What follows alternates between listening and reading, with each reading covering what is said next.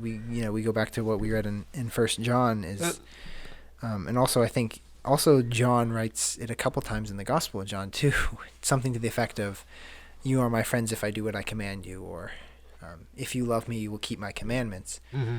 Is some people may disagree with that because that seems like a work, but in all reality, if we do love God, if we love Jesus, we're going to listen to them, right?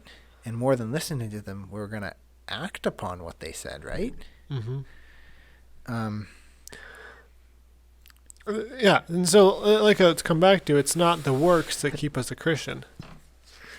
It's the deciding to turn away from God that makes us cease to be a Christian. Mm-hmm.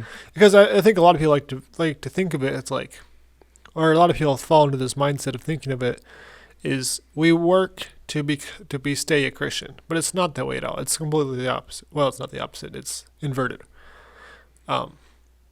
Ceasing to, or turning away from God.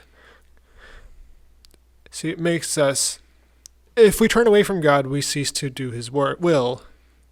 But when we turn away from God, we cease to become a Christian. So it's not like, it's ceasing to serve Him is a symptom of turning away from Him. And in some cases, people might vainly continue serving Him. Yeah. But kind of like a half-hearted, like. Yeah. But we've already talked about how that it won't do anything. Yeah. So like, and you could turn away from Him and still serve Him for 10 years. Like, I think that happens. Like, people turn away from God, but they still, like, maybe they go to church. Maybe they even still like a preacher or something. Or they follow a very moral code, despite the fact that they don't believe it. They publicly will say that they don't believe in God. Or people could turn away in their hearts and then still act like Christians and still profess Christ, but right. That's also possible. They've turned away in their hearts. They've denied Him, and they've denied Him in their life. Like they let something else in their life take priority over Christ. Right. And this can infiltrate the church. Like, well, yeah, that's the seed that fell on the thorny soil, right, is the one that is choked out by the desires of the world, and it is prevented from bearing fruit. It's still there.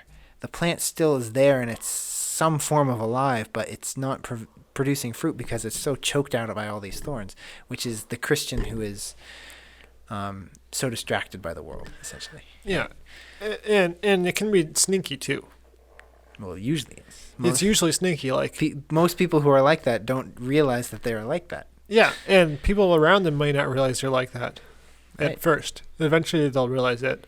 Thanks for watching this clip from the Salt of the Earth podcast. To watch the full episode, click the link in the description.